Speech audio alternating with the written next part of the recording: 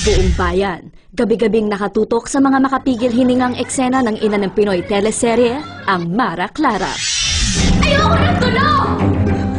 Hindi pa tayo nakulay! Tama na! Clara! Ngayon, isang panibagong kabanata ang magbubukas sa kwento ng serye. Silipin natin ang pictorial ng Mara Clara, ang ikalawang yugto, here on SNN On Location. Hi SNN! Nandito po tayo sa pictorial ng Mara Clara sa ikalawang yugto. And action! Ako ang tunay na Del Valle. Ako ang tunay na Del Valle. Sino nga ba ang tunay na Del Valle kina Mara at Clara? Yan at mas marami pang nakayayanig na revelasyon ang dapat daw abangan ng lahat sa pagbubukas ng ikalawang yugto ng serye.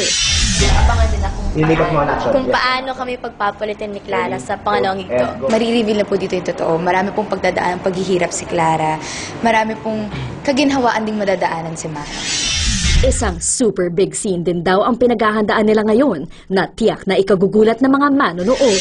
Yung Sweet 16 namin ni Julia dito na talagang pinaghandaan po nila from sa mga damit, sa mga guest namin doon na magugulat na lang po kayo kung sino yung mga artista makikita nila. Meanwhile, kung sa harap ng kamera, matinding magkaribal sina Mara at Clara, sa tunay na buhay naman daw, best of friends ang turingan ni na Catherine at Julia. Kaya naman wala raw katotohanan ng isyung may iringan din sila behind the cam. Ang dami pong mga bonding time, so lalong naging best friends po. So pag nag-cut na, iba na yung totoong Julia and Catherine. Siyempre mas malalim po kasi almost everyday kami na po nakikita. Bye SNN! Thank you sa pag-visit sa pictorial ng Mara Clara! Mula sa mga sikat sa primetime, ito naman ang isa pang sikat, ang Philippine National Football Team na Azkals. At ngayong narito sila sa bansa, isa-isa nilang papangalanan ang kanilang mga crush na kapamilya. Nana! Players ng Philippine Azkals, inireveal ang kanilang showbiz crushes. After their remarkable finish at the Asian Suzuki Cup semifinals kung saan tinalo nila ang defending champion na Vietnam, lalong lumawak ang suporta ng mga Pilipino sa Philippine Azkals.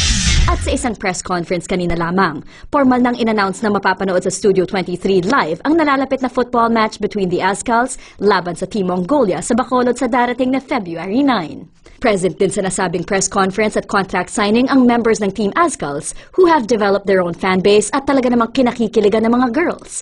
The players as well expressed their happiness dahil sa lumalawak na awareness at suporta ng mga Pilipino para sa football, lalo na ngayon at mapapanood na sila maging sa ibang bansa. We know ABS-CBN is probably the most watched TV channel in the Philippines, and it's great for football to be spread among the Filipinos. We just hope the Azkals can keep winning and keep making the Philippines proud. At tulad ng gustong malaman ng marami, inusisa rin ng SNN ang love life at showbiz crushes ng ilan sa mga kinakikilagang Azkals heartthrobs.